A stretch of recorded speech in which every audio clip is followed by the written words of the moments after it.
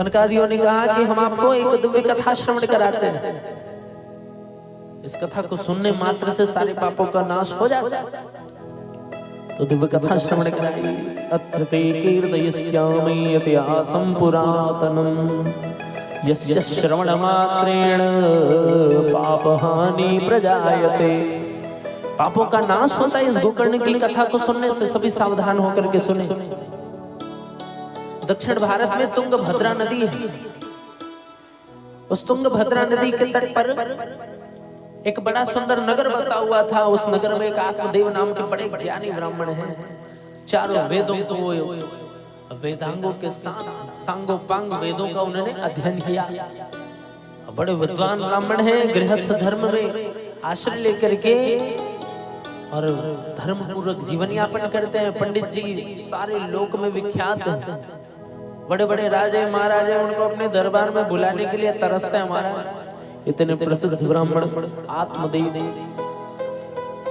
सारा सुख है उनके पास। और पत्नी का नाम है धुंधुली। पत्नी का नाम है धुंधुली। धुंधुली किसको कहा गया? जब आंखों के सामने महाराज धुंधलाहट आ जाती है तो आदमी कंफ्यूज हो जाता है ना कि आगे क्या है। तो समझ लो अज्ञान ही धुंधली है। आत्मदेव मतलब ये आत्मा, अज्ञान धुंधली। और जब अज्ञान होता है ना तो महाराज कुकर्म पाप पैदा होता है। उसी पाप को धुंधकारी कहा गया। तो आत्मदेव अपनी पत्नी धुंधली के साथ हैं। सुंदर जीवन है। और पत्नी जो है बड़ी गुणवान है। कलयुग के मामले में तो गुणवान ही है। सब चाहती है कि बहू कैसी हो, तुम्हारा तेज तर्रार हो, चंचल हो। तो धुंधली खूब चंचल है। वो सारे नगर में जब तक किसी न किसी एक से झगड़ा न कर ले तब तक दिन नहीं कटता। और चारी चुगली करना बड़ा प्रिय है। एक जगह पे जाकर के कहीं बैठ जाए वो तो जब तक 4 घरों की चुगली न कर ले तब तक महाराज भोजन नहीं पचता था उसका। ऐसी धुंधली देवी पति से खूब प्रेम करने वाली और धर्म पूर्वक आत्मदेव उसके साथ जीवन यापन कर रहे थे। घर में सब कुछ था, लेकिन जाने कौन सा महाराज कौन सी समस्या थी, कौन सा कर्म था, किस पाप के प्रभाव से एक दुख था आत्मदेव को कि उनके संतान नहीं थी। और जो चीज नहीं होता ना मन उसी के लिए दौड़ता है। जो चीज तुम्हारे पास हो ना उसके लिए मन नहीं भागता, लेकिन जो नहीं हो उसके लिए जरूर भागेगा। तो आत्मदेव ने नाना प्रकार के उपाय किए, सारे शास्त्रों का उपाय कर डाला, लेकिन पर भी संतान नहीं हुआ। संतान की प्राप्ति न हो सकी, न बेटा न बेटी। आत्मदेव ने अपनी आधी पूंजी खपा दी दान धर्म करते करते, लेकिन संतान नहीं हुआ। एक दिन की बात है, आत्मदेव के मन में बड़ी ग्लानि हुई कि अरे हमारा जीवन धिक्कार है। मद्दत्तम नैव दे गृह्णन्ति प्रीत्या देवा विजातयः। आत्मदेव विचार करने लगे कि संतान न होने के कारण हमारे पूर्वज दुख में पड़ गए, उल्टे लटकने वाले। संतान न होने के कारण देवता ब्राह्मण हमारा यज्ञ ग्रहण नहीं कर सकते, हमारा दान ग्रहण नहीं कर सकते। तो महाराज आत्मदेव विचार करते हैं कि अब जाने हमारा क्या होगा। इसलिए ग्लानि मन में हुई ना, घर छोड़ करके चले गए। वन में जाकर के खूब रोने लगे। और वन में जाकर के जब रुदन आरंभ किया तो महाराज रोते हुए उस ब्राह्मण का, उस रोते हुए ब्राह्मण की आवाज सुन करके एक यति, एक सन्यासी वहां से जा रहे थे। वो सन्यासी को बड़ा आश्चर्य हुआ कि इस निर्जन वन में कौन रोता है। इसलिए वो यति, वो सन्यासी पहुंच के आत्मदेव के पास जाकर के देखा आत्मदेव को रोते हुए। उन्होंने विचार किया कि ये ब्राह्मण अकेला यहाँ किस लिए, किस कारण रो रहा है। यति ने जाकर के पूछा कि बताओ किस कारण से तुम दुखी हो, तुम रोते क्यों हो। प्रथम रोध सुविप्रतम काते चिंता बलियसे। क्या चिंता है तुम्हें जो इतना तुम दुखी हो रहे हो। वदत्तम सत्तरम ह्यम स्वस्य दुःखस्य कारणम। अपने दुख का कारण बताओ। तो आत्मदेव ने कहा कि मुझे एक ही दुख है संसार में महाराज के, हमारे संतान नहीं है। आत्मदेव कहते हैं धिग्गृहं च प्रजाहीनम, अरे उस घर को धिक्कार है जहाँ संतान न हो। धिग्जीवितम प्रजाहीनम धिग्गृहं च प्रजाविना, उस घर को धिक्कार है, उस जीवन को धिक्कार है जिसमें बच्चों की किलकारी न गूंजे। दुखी होकर के जब रोने लगे आत्मदेव, सन्यासी ने समझाया कि अरे ब्राह्मण तुम तो विद्वान प्रतीत होते हो। मुंचा ज्ञानम प्रजारोपम बलिष्ठो बलिष्ठा कर्मणो गति। देखो ब्राह्मण, तुम कर्म की गति से बच नहीं सकते हो, कर्म की गति को तुम जानने वाले भी हो। इस व्यर्थ के प्रजा में कुछ रखा नहीं है, सन्यास धर्म का आश्रय लो। गृहस्थ धर्म में कोई संतान धर्म में कोई सुख मिलने वाला नहीं है। सुख मिल गया क्या चित्रकेतु को? सुख मिला क्या प्रहलाद जैसा बेटा पाकर के हिरण्यकश्यप को, जो तुम्हें सुख मिल जाएगा? अगर बेटा अच्छा हो तो बाप बुरा होता है, बाप बुरा हो तो बेटा अच्छा हो जाता है। अच्छे के लिए बुरा व्यक्ति बुरा हो जाता है, बुरे के लिए अच्छा व्यक्ति बुरा हो जाता है। इसीलिए ये प्रजा ज्ञान व्यर्थ है हमारा। यति सन्यासी ने समझाया, लेकिन आत्मदेव कहते हैं महाराज शास्त्रों की बातें हमने भी पढ़ी है, ये सब हमें नहीं, हमें तो केवल संतान चाहिए, और अगर नहीं मिले संतान तो यहीं सिर पटक पटक कर मर जाएंगे शिला पर पत्थर पर। और सन्यासी ने विचार किया कि कहाँ फंस गए हैं। तो सन्यासी ने फिर दुखी देखकर ब्राह्मण को कहा कि देखो भैया, अभी हमने तुम्हारी मस्तक की रेखा देखी। शृणुविप्रमयातेद्य प्रारब्धम तु विलोकितम, तुम्हारे प्रारब्ध की दशा ऐसी है कि एक तो क्या सप्त जन्मावधि तब पुत्रो नहीं वच 7 जन्म तक तुम्हारे कोई संतान नहीं होगा। और इस प्रकार सन्यासी ने जब कहा तो पहले तो 1 जन्म का दुख, अब एडवांस में 7 जन्म का दुख मिल गया। अब सोच लो आत्मदेव की क्या दशा होगी। आत्मदेव कहते हैं अब तो मरना पक्का महाराज, अब चले जाइए, हम तो मरेंगे। सन्यासी क्या करते हैं, उन्होंने झोली से फल निकाला, आत्मदेव को दिया और कहा कि देखो इस फल को तुम अपनी पत्नी को खिला देना और तुम्हारी पत्नी से कह देना 1 वर्ष तक सत्यम शौचम दयादानम एक भक्तम तु भोजनम, सत्य का पालन करे, दया करे, दान करे, एक समय भोजन करे। वर्षावद स्त्रिया कार्यम तेन पुत्रोति निर्मल, 1 वर्ष तक अगर इस प्रकार पालन करेगी तो उसे एक निर्मल पुत्र की प्राप्ति होगी, विद्वान पुत्र होगा। सन्यासी ने फल दिया, आत्मदेव बड़े प्रसन्न हुए, प्रसन्न होकर के लौट आए। जाकर के आवाज लगाई, अरे ओ धुंधली बाहर आओ, तुम्हारे लिए उपहार लेकर आए हैं। धुंधली ने सोचा कि भैया कोई राजा के घर गए होंगे, पूजा में 9 लखा हार लाए होंगे, क्या हो सकता है महारानी ने कंगन दे दिया। तो धुंधली दौड़ते दौड़ते आई और कहा लाइए महाराज क्या उपहार है। और आत्मदेव ने फल आगे कर दिया, ये उपहार है।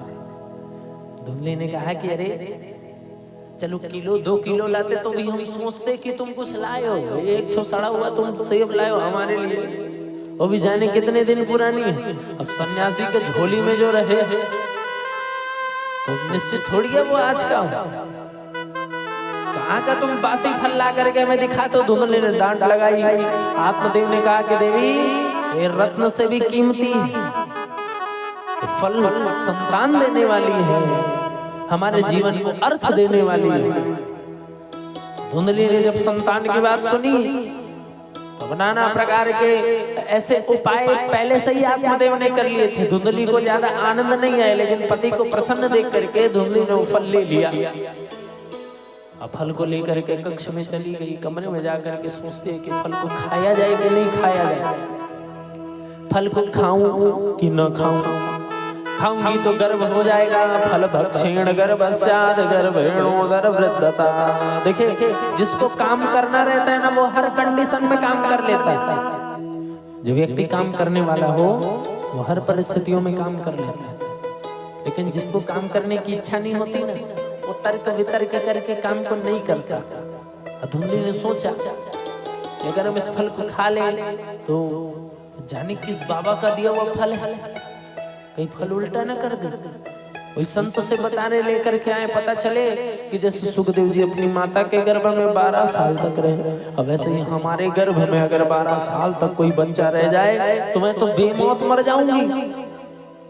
अब बताओ ऐसी बुद्धि कौन लगाए? तो धुंधली भ्रम में पड़ा हुआ व्यक्ति ऐसा दिमाग लगा सकता है। अंत में उसने फल नहीं खाया। आत्मदेव ने पूछा तो धुंधली जी ने कह दिया कि हाँ हमने फल खा लिया हमारा। अब 2-3 दिन तक सदमे में थी धुंधली की, किया क्या जाए, खाए न खाए, खाए न खाए। तो अगल बगल पड़ोस में बड़ी शांति हो गई, नहीं तो रोज झगड़ा करे बिना तो खाना नहीं पचता था धुंधली देवी। तो एक ब्राह्मणी थी जो सखी थी धुंधली की, और धुंधली के घर गई। उसने जाकर के श्रीमती धुंधली देवी से निवेदन किया कि देवी तुम घर से बाहर क्यों नहीं निकल रही, क्या हो गया है, तुम्हारी तबीयत तो ठीक है? तो धुंधली ने फिर आंसू बहाते हुए सारी बात बताई कि बहन मेरे पति जाने कौन कौन से बाबा से क्या क्या ताबीज लेके तो फल लेकर के आके खिलाते रहते हैं। अब फिर कोई बाबा से फल लेकर के बड़े प्रसन्न थे, और ऐसी ऐसी बात है। ब्राह्मणी ने समझाया, अच्छी बुद्धि वाली थी, उसने समझाया धुंधली बुढ़ापे में बड़ी दिक्कत होती है, गृहस्थ हो, संतान हो जाए तो सहारा होगा, खा लो जैसा पति कहता है कर लो। धुंधली कहती है कि अरे भैया फल खाना हो तो एक बात, फल खाने के बाद मुझे सत्य बोलना होगा। सखी सोचती है कि हाँ ये तो बड़ी दिक्कत की बात है, तुम सच बोलो, हो ही नहीं सकता। जब तक 4 से झूठ बोल के झगड़ा न करो तब तक तुम्हारा काम कहाँ चलता। बोलो राधे राधे। सत्य सोच दया दानम, सोच पवित्र रहना मतलब विचार भी पवित्र रखना, दान करना है। तो धुंधली तो एक नंबर की कंजूस थी, कहाँ दान करे। वो कहती अपनी सहेली से कि मैं गर्भवती हो जाऊंगी तो जितनी मेरी ननंदे है ना, 1.5 सास ननंदे, वो सब मेरी सेवा के लिए तो आएंगे, लेकिन मेरी सेवा नहीं, घर के सारे माल को गायब करके ले जाएंगे। बोलो राधे राधे। आधा तो बहुएं इसीलिए डरती अपनी ननदों से कि 1.5 सास आ जाए तो दे अच्छा लगा था, दे अच्छा लगा तो एक सब लोग घर के ले जाए। बोलो राधे राधे। तो धुंधली कहती है कि अगर हम गर्भवती हो जाए तो यही हमारी दशा हो। तो ऐसे मारा धुंधली ने अपनी सखी को कहा, तो सखी ने समझाया कि देखो पति तुम्हारा कह रहा है, बात मान लो। 1 वर्ष तक ऐसे एक समय भोजन का, धुंधली कहती हम 6 टाइम खाते हैं, 1 टाइम भोजन करेंगे, सोच लो हमारी क्या दशा होगी। 1 साल तो बहुत दूर की बात, 1 हफ्ते में हमारी अर्थी उड़ जाएगी। बोलो राधे राधे। सखी ने कहा कि देखो तुम अपनी बुद्धि तो तुम्हारी खराब है, हमारी बुद्धि ना सटका दो भैया, जैसा करना है करो, कह के भाग गई। उसके बाद उसकी बहन आई बड़ी प्यारी, धुंधली की बहन, उसका नाम अंधली थी। और धुंधली को तो चलो कुछ नहीं, धुंधला तो दिखता था, वो तो बिल्कुल अंधी थी, माना धन के मद में। कामातुराणाम न भयं न लज्जा, जो व्यक्ति लालची हो जाए, कामी हो जाए, अंधा हो जाता है, उसे कुछ दिखाई नहीं देता। और इसलिए उसने आकर के धुंधली का हाल चाल पूछा। धुंधली ने रोते हुए सारी बात बताई अपनी बहन को। तो उसकी बहन ने कहा कि देवी धुंधली तुम चिंता ही ना करो यार, बहन मेरे रहते तू रोएगी, संभव ही नहीं है। तो धुंधली कहते बताओ फिर करो क्यों। तो धुंधली की बहन ने कहा कि देखो मैं अभी गर्भ से हूँ, और अभी अभी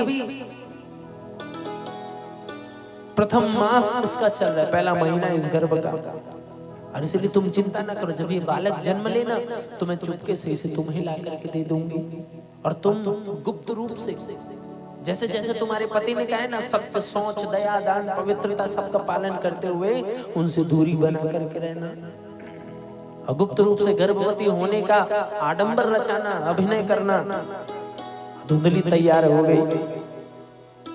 अब भगवान कैसी माया महाराज, 1 वर्ष बीत गया, आत्मदेव तो महाराज भोले भाले पता ही नहीं चला। अपनी देवी गर्भवती होने का स्वांग रचा करके वो 1 वर्ष बिता दी। समय जब आया 9 महीने, समय जब 10वें महीने का आया तो धुंधली के बहन के गर्भ से एक बेटा पैदा हुआ। तो उस बेटे को ला करके दे दिया धुंधली को। आत्मदेव जब घर में नहीं थे ना, तब उसने अपनी बहन को बुलाया और दे दिया अपना पुत्र उस धुंधली को, और धुंधली ने बदले में बहुत सारा धन उसके पति को, अपने बहनों को दे दिया। अब बहन और बहनों ही तो जाने लगे, लेकिन धुंधली ने महाराज मौका पा करके ढिंडोरा पिटवा दिया कि अरे हमें बच्चा हुआ है, हमें पुत्र हुआ। जितने महाराज आसपास के लोग थे सब बड़े प्रसन्न हो गए कि महाराज गोद भर गई आत्मदेव की, देखो उसका कल्याण हो गया, आत्मदेव के पुत्र हुआ है। आत्मदेव के घर बच्चे होने की बात सुन करके बड़ी प्रसन्नता हुई। आत्मदेव जब आए सो उन्होंने धुंधली को प्रसन्न देख करके और उस छोटे से बालक को देख करके, बड़ा सुंदर बालक, उसको देख करके बड़े प्रसन्न हो करके उसने जात कर्म संस्कार कराया, नामकरण संस्कार कराया। आत्मदेव कहते हैं कि बेटा हमारा है आत्मदेव का पुत्र, तो इसीलिए इसका नाम होगा परमात्मा देव। धुंधली कहते तुम्हारा थोड़ी, हमारा बेटा है। तो पति कहते हैं तो ठीक है भैया, कुछ तुम ही अच्छा नाम सजेस्ट कर दो। तो धुंधली कहते हैं कि हमारा बेटा अगर है तो हम धुंधली तो है, हमारा बेटा होगा धुंधकारी तिनामता। तो धुंधकारी है, वाकई में धुंधकारी हो गए। बोलो राधे राधे। तो भैया नाम बड़ा सोच समझ के रखे ना, जो धुंधकारी कोई नाम है, धुंधकारी महाराज उसका नाम रखा गया। 3 महीने बीते, बड़े प्रसन्न होकर के आत्मदेव ने सारे गांव वालों को भोज कराया, खूब दान धर्म किया, बड़े प्रसन्न हो गए कि मानो भाग्योदय हो गया। लेकिन महाराज भाग्य को तो कुछ और मंजूर था। 3 महीने बीते और आत्मदेव की जो गैया बनी थी ना, वो उसने भी कभी कोई बछड़ा प्रसव नहीं किया आज तक। वो गाय भी बांझ थी महाराज, लेकिन 3 महीने बाद 1 वर्ष जो संत की बताई हुई अवधि थी ना, वो 1 वर्ष की अवधि बीती और उस गाय के गर्भ से एक दिव्य बालक जन्म हुआ। अद्भुत बालक, श्याम वर्ण के उसके महाराज कर्ण थे और शरीर महाराज सुंदर गौर वदन गौरांग, श्याम कर्ण और कान श्याम तो थे लेकिन गाय जैसे थे।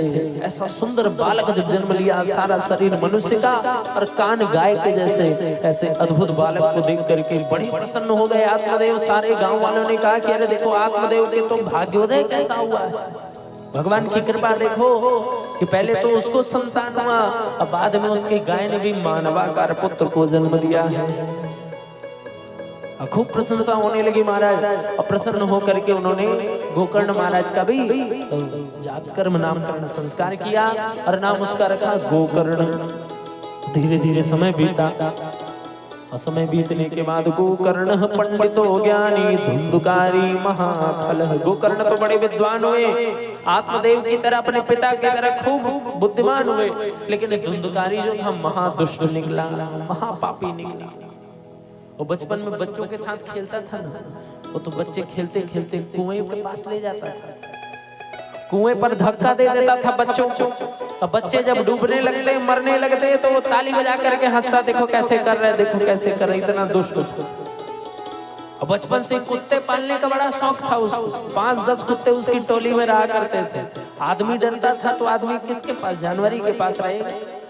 तो धुंधकारी के पास कोई जा करके उसको समझाता कि बेटा ये सब गलत बात है, तो धुंधकारी कहते हैं हम अच्छी बात तुमको सिखाते हैं। अब बंधे हुए कुत्ते छोड़ दिया करते थे, जाओ। अब कुत्ते फिर काट खाते थे। और जितना नाम आत्मदेव ने धर्म करते करते कमाया था, वो 8-10 साल की उम्र होते होते तक सारे नाम को बदनाम करके रख दिया। पूत कपूत तो क्यों धन संचय, अपूत सपूत तो क्यों धन संचय। देखिए तुमने अगर बहुत नाम कमाया ना, ऐसा बेटा आएगा सारे तुम्हारे उस नाम को महाराज व्यर्थ कर जाएगा। इसलिए देखो मोह नहीं करना चाहिए। और तुमने अगर नाम नहीं भी कमाया तो भी महाराज धर्म जीवन में अगर रहे ना, तो ऐसा संतान आएगा कि तुम्हारा नाम दिग दिगांतर में फैला दे। तो इसीलिए मोह अधिक नहीं करनी चाहिए, केवल धर्म पे ध्यान दो। आत्मदेव ने, धुंधली ने क्या किया, अपने पति को धोखा दिया और अपनी बहन का पाप अपने सिर पर ले लिया। अरे जिस माता के गर्भ में अपने बच्चे को बनने से पहले बेचने का भाव आ जाए, उस माता का बेटा ही तो धुंधकारी होगा। जिस माता के गर्भ में बालक आता, उस माता को धर्म करना चाहिए। गर्भकाल में जो मम्मी ज्यादा सोती है ना, उसका बेटा कुंभकर्ण पैदा होगा। गर्भकाल में जो मम्मी खूब खाती हो तो भैया तुम्हारे घर में घटोत्कच जाएगा, तुम्हें खा जाएगा। बोलो राधे राधे। इसलिए भैया अगर गर्भ काल हो तो बुरे विचार नहीं रखने हैं। बच्चा हमारी बात नहीं मानता, तुमने बात मानी थी 9 महीने तक, अपने मन का तुम करती रही, इसीलिए बच्चा मनमानी करने वाला पैदा हुआ। जैसा माँ का स्वभाव रहेगा वैसे ही बच्चे में आएगा। इसलिए बात सदैव याद रखें, गर्भ काल में प्रत्येक स्त्री का कर्तव्य है कि वो धर्म करे, अच्छी कथा सुने, सत्कथाओं का, संतों का संग करे। राक्षस हिरण्यकश्यप को प्रहलाद जैसा बेटा कैसे हुआ? कारण ये था कि उसने नारद जी का संग किया कयाधु ने। तो गर्भ काल में जो तुम करोगे संतान को वही आचरण जाएगा। तो गर्भ में उत्पन्न होने से पहले जिस माँ ने अपने बेटे को बेच दिया, बताओ उसका बेटा धुंधकारी क्यों न होगा? धुंधकारी की सारी गलतियों की जड़ उसकी माँ है।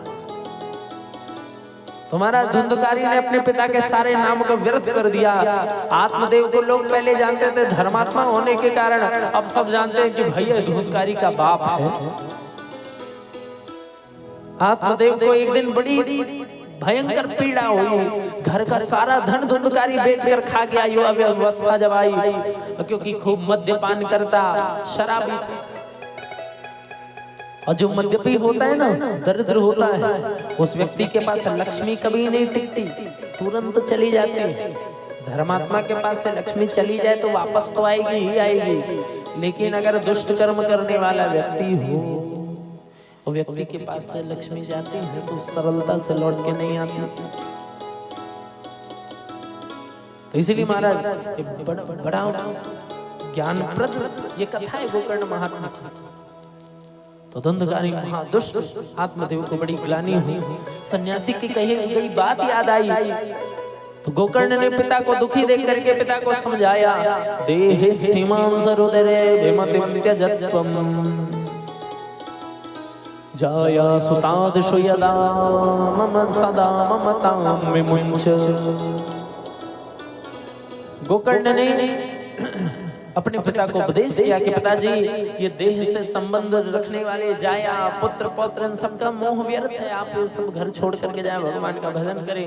पुत्र के समझाने पर बात समझ आई। आत्मदेव घर छोड़ करके विरक्त हो गए। वन में जाकर के श्रीमद् भागवत के 10वें स्कंद का पाठ किया। भगवान का स्मरण करते करते भगवान के धाम को प्राप्त किए। तालियां बजने लगी, जय जयकार होने लगा। बोले भक्तवत्सल भगवान की जय। आगे कथा थी, पिता के चले जाने पर धुंधकारी और अधिक दुष्ट हो गया। उसने अपनी माता को खूब महाराज परेशान करने लगा कि हमारे पिता बहुत कंजूस थे, धरती में धन गणाए हैं, तुम बताओ कहाँ गड़ा है धन? घर के बर्तन कपड़े सब बेच डाला, घर में कुछ नहीं। अब गोकर्ण महाराज तो निकल गए तीर्थाटन पर, तीर्थ यात्रा करने। अब धुंधली अकेली खूब मार खाती थी बेटे का, और खाए भी क्यों ना, कर्म भी तो उसका था। धुंधली भी पछताती है कि मैंने अपने पति को धोखा दिया, मैंने अपनी बहन के इस पाप को अपने सिर पर ले लिया, धिक्कार है मेरे जन्म को। एक दिन धुंधकारी ने जब अत्याचार कर दिया अपनी माता के साथ, दुख सहन नहीं हुआ, एक अंधकूप में जाकर के गिर पड़ी और भगवान के यम के द्वार चली गई। मृत्यु हो गई धुंधली देवी की। अब धुंधकारी घर में अकेला जब हुआ, उसने 5 वेश्याओं को अपने घर ले आया, पत्नी बनाकर 5 गणिकाओं को घर लाया। खूब मदिरा पान करता, 5 गणिकाओं को प्रसन्न करता था और चोरी करने लगा, डाका डालने लगा, लोगों को लूटने लगा। लोग उसके घर के पास आने से डरते थे धुंधकारी के।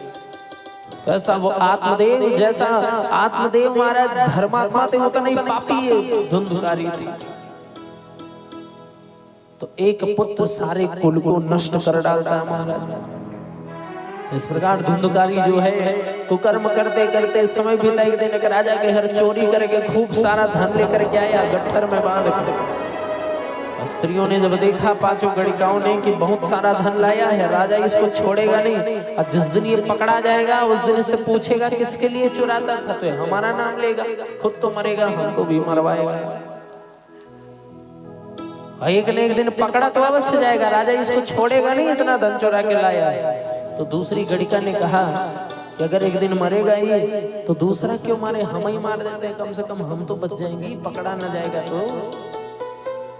तुम्हारा हृदय क्षुरधारावम, बुरी स्त्रियों का संग कभी नहीं करना है, क्योंकि जितना दिखने में प्रवीण सौंदर्य दिखता है ना, उतने हृदय क्षुरधारावम, हृदय में तेज छुरे जैसे तलवार जैसे धार रहती है, कब किसको काट गिराए। धुंधकारी को खूब मदिरा पान कराई, मदिरा पान करा करके धुंधकारी जब होश खो बैठा, मारने लगी, सारा प्रयत्न करने पर भी मरा नहीं वो धुंधकारी। रस्सियों से बांध दिया, हाथों को पैरों को गले को बांध दिया और जलता हुआ अंगार धुंधकारी के मुख में डालने लगी, और तब तक डाली जब तक धुंधकारी मर नहीं गया। विश्वासो नैव कर्तव्य स्त्रीषु राजकुलेषु च, बुद्धिमानों को चाहिए कि वो कभी भी ऐसी बुरी स्त्रियों का और धन वालों का कभी भरोसा न करें। तो धुंधकारी की मौत मरेगा, मर करके किए हुए पाप के कारण वो धुंधकारी प्रेत की योनि को प्राप्त हुआ, भयंकर प्रेत बन करके अपने घर में भटकने लगा। गड़िका तो धन लेकर के सब भाग गई, और धुंधकारी प्रेत बन करके जब घर में वास किया, गांव वाले जान गए कि धुंधकारी मर गया, और धुंधकारी को गड़िकाओं ने उसी के घर में ही गाड़ दिया था। स्त्रियां बड़ी साहसी होती है हमारा, स्त्रियों में साहस का न करहि अबला प्रबल। अगर स्त्रियां अबला अगर प्रबल हो जाए तो क्या नहीं कर सकती, क्या न समुद्र समाए। प्रलय जब आता है तुम्हारा सारा संसार जैसे समुद्र में समा जाता है, वैसे ही अगर स्त्री प्रबल हो जाए तो सारा संसार विनाश की ओर। एक स्त्री सारे संबंधों को तोड़ डालती है, और एक स्त्री महाराज घर को स्वर्ग बना देती है। तो स्त्रियों को शक्ति स्वरूप ऐसा ही नहीं कहा गया, स्त्रियः समस्ता सकला जगत स्वरूप। स्त्रियों को बुद्धि स्वरूप माना गया है, स्त्रियों को बुद्धि कहा गया है शास्त्रों में। आत्मदेव मतलब आत्मा, धुंधली मतलब बुद्धि। ये बुद्धि में अगर बुरे विचार आ जाए तो क्या होगा, जीवन नष्ट हो जाएगा। जैसे आत्मदेव, जैसे धुंधकारी, जैसे खुद धुंधली नष्ट हो गई, वैसे ही स्त्री को बुद्धि स्वरूप नहीं कहा गया। इसलिए स्त्रियों में दोष नहीं होना चाहिए। आत्मा दूषित है तो शुद्ध हो जाएगी, लेकिन बुद्धि अगर दूषित हो गई तो जीवन नष्ट हो जाएगा। इसलिए स्त्रियों के सामने धर्म लगता है। पत्नी को ही कहा गया धर्म पत्नी, पति को नहीं गया धर्म पति। तो इसलिए बात सदैव स्मरण रखें। बोले भक्तवत्सल भगवान की जय। यात्रा करके गोकर्ण महाराज लौटे। गोकर्ण घर में विराजमान है। धुंधकारी ने अनेक रूप दिखाए, कभी देव, कभी राक्षस, कभी यक्ष, कभी गंधर्व, कभी भूत पिशाच का रूप, कभी कुत्ते, बिल्ली, गाय, गधे, भैंसे का रूप धारण कर लेता, अग्नि का रूप दिखाता, अग्नि वही ताल बन करके। गोकर्ण समझ गए कि दुर्गति को प्राप्त हुआ कोई जीव है। जल लेकर के मंत्रित करके छिड़का, कुछ पापों का शमन हुआ। वास्तविक स्वरूप में आकर के कहता है रोते हुए धुंधकारी कि मैं तुम्हारा बड़ा भाई हूँ गोकर्ण, मेरे भाई मेरा उद्धार कर। मैंने अपने हाथों अपने ब्राह्मणत्व को नष्ट कर डाला। अरे ब्राह्मण का स्वरूप मिला भगवान की सेवा के लिए, अरे मैंने तो विषय भोगों में अपना सारा जीवन व्यर्थ कर दिया। हे भाई मेरा उद्धार कर। गोकर्ण ने जब सुना, गोकर्ण कहते कह रहे हमने तुम्हारे लिए गया में श्राद्ध किया है भैया। हम गए थे जब तीर्थाटन पे, तो हमें गांव वाला हमारा मिला, उसने बताया धुंधकारी मर गया, तो हमने तो आपके लिए भैया श्राद्ध करी गया जी में जाकर। धुंधकारी कहते हैं कि एक क्या गया श्राद्ध शतेनापि। अरे एक नहीं 100 बार 1000 बार तुम जाकर के गया जी के श्राद्ध कर दो, लेकिन मैंने इतने पाप किए हैं कि गया श्राद्ध से भी मेरा कल्याण नहीं हो सकता। बड़े विचार में पड़ गए गोकर्ण। धुंधकारी को वचन दिया तुम्हारा उद्धार अवश्य होगा, तुम अपने स्थान पर चले जाओ। धुंधकारी के जाने के बाद प्रातः खूब शास्त्रों में ढूंढा, ज्ञानियों से पूछा, कोई मार्ग नहीं सूझा। जब कोई मार्ग नहीं सूझा तब गोकर्ण महाराज भगवान सूर्य से प्रश्न करते, मध्याह्न के समय भगवान को नमन किया। नमो विवस्वते ब्रह्मन् भास्वते कर्म तेजसे जगत सवित्रे सुचये सवित्रे कर्मदायिने। भगवान सूर्य से जब पूछा, भगवान सूर्य ने उपदेश किया गोकर्ण को कि गोकर्ण आप भगवान के भागवत की कथा की तैयारी करें। भागवत एक ऐसा शास्त्र है जो मरने के बाद भी जीव का उद्धार कर दे। जीते जी तो करेगा ही, मरने के बाद उद्धार कर देगा। गोकर्ण जी ने फिर सुंदर महाराज मुहूर्त निकाला धुंधकारी का कल्याण करने के लिए। एक वैष्णव ब्राह्मण भगवान के भक्त को अपना यजमान बना करके अपने घर में सर्वप्रथम अपने गांव में कथा आरंभ करी। गोकर्ण जी जब कथा करने लगे तो दूर दूर से सारे जितने भगवान के भक्त थे सब कथा श्रवण करने आए और कथा भागवत की आरंभ हुई। महाराज धुंधकारी का आवाहन किया गया। धुंधकारी ने अपने बैठने का स्थान देखा लेकिन कहीं टिक नहीं पाता था। क्यों? क्योंकि ये जीवात्मा प्रेतात्मा जो होती है ना, ये प्रेतात्मा वायु रूप में रहती है। वायु कभी एक जगह टिक सकती हो? बहते रहना वायु का कर्म है। इसीलिए कहते हैं कि प्रेत भटक रहा है, क्योंकि वायु टिकती नहीं है एक जगह। तो इसलिए भागवत की वेदिकाएं बनी थी, मंच बना था। सो बांस के गट्ठर रखे थे, उसी बांस में एक 7 गांठ वाला एक बांस था, वहीं पर जाकर के धुंधकारी विराजित हो गया। तत्र सुप्तम सविज्ञाय। वैसा महाराज सुंदर श्रोता बना करके भागवत की कथा आरंभ हुई। प्रत्येक दिन की कथा धुंधकारी सुनता था। पहले दिन की कथा जब संपन्न हुई तो जिस बांस पर बैठा हुआ था ना धुंधकारी, उसकी एक गांठ फट गई। दूसरे दिन की कथा मध्याह्न आरती हुई, दूसरी गांठ। तीसरे दिन, चौथे दिन, 7वें दिन में 7 गांठों को फोड़ करके अपने समस्त पापों से मुक्त होकर के धुंधकारी देव स्वरूप धारण करके प्रकट हो गया। तालियां बजने लगी, जय जयकार होने लगा। बोले भक्त वत्सल भगवान की। कैसे महाराज धुंधकारी अपने वास्तविक स्वरूप को प्राप्त, देवताओं जैसा स्वरूप प्राप्त करके अपने प्रेत स्वरूप को छोड़ करके प्रकट हुआ। गोकर्ण पहचान नहीं पाए, पूछे भैया कौन हो? परिचय दिया कि मैं तुम्हारा भाई धुंधकारी हूँ। धन्य भागवत की कथा, धन्य तुम जैसा भाई, तुम जैसा भाई हो जाए इससे बढ़ करके कौन सा पुण्य चाहिए। तो महाराज बड़े प्रसन्न होकर के धुंधकारी ने भगवान की भक्ति में कथा का महिमा बताया। अरे मुझ जैसे पापी को तो कल्प कल्पांतरों तक भी शायद जन्म मिलता, हम तो बस भोगते रहते नरकों के भोग, लेकिन हमको ये मुक्ति मिली केवल भागवत की कथा से। धन्यम भागवती वार्ता प्रेत पीड़ा विनाशिनी। प्रेत जीते जी नहीं, मरने के बाद भी भागवत उद्धार करती है। जीते जी तो करती है, मरने के बाद कर दे वो भागवत। विमान पर सवार होकर के धुंधकारी जब जाने लगे, गोकर्ण ने आवाज लगाई पार्षदों से कि भैया इतने सारे श्रोता हैं, हम बैठे हैं भैया, और तुम अकेले धुंधकारी को लेके जाने लगे। हमने भी तो कथा करी है, रोज चिल्लाया है गोकर्ण जी ने कहा। तो गोकर्ण जी से पार्षद ने कहा कि देखिए आपको लेने के लिए स्वयं भगवान आएंगे। गोकर्ण कहते ठीक है, इनको लेने के लिए पार्षदों ने कहा कि इनका हमको पता नहीं है। तो गोकर्ण जी ने कहा ऐसा क्यों? कथा तो सबने सुनी, लेकिन विमान केवल धुंधकारी के लिए क्यों आया? तो पार्षदों ने कहा कि देखिए कारण है ये कि जितने श्रोता होते हैं उतनी बुद्धि होती है, जितनी बुद्धि उतनी मन से कथा सुनते हैं।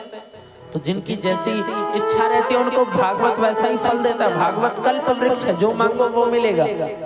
धुंधकारी ने रोज कथा सुनी, चिंतन किया और केवल मुक्ति मांगी, इसलिए इसको मुक्ति मिली है। तो गोकर्ण जी से कहते हैं इसलिए जितने श्रोता बैठे हैं सबके मन में अलग अलग इच्छाएं थी, इसलिए इनके लिए विमान नहीं आया। फल कथा भेद के कारण, श्रवण भेद के कारण जो है फल भेद हुआ। तो श्रवण भेद सुनने में भेद हुआ है। तो गोकर्ण जी महाराज प्रणाम करते हैं, पार्षद तो चले गए, धुंधकारी का उद्धार हुआ।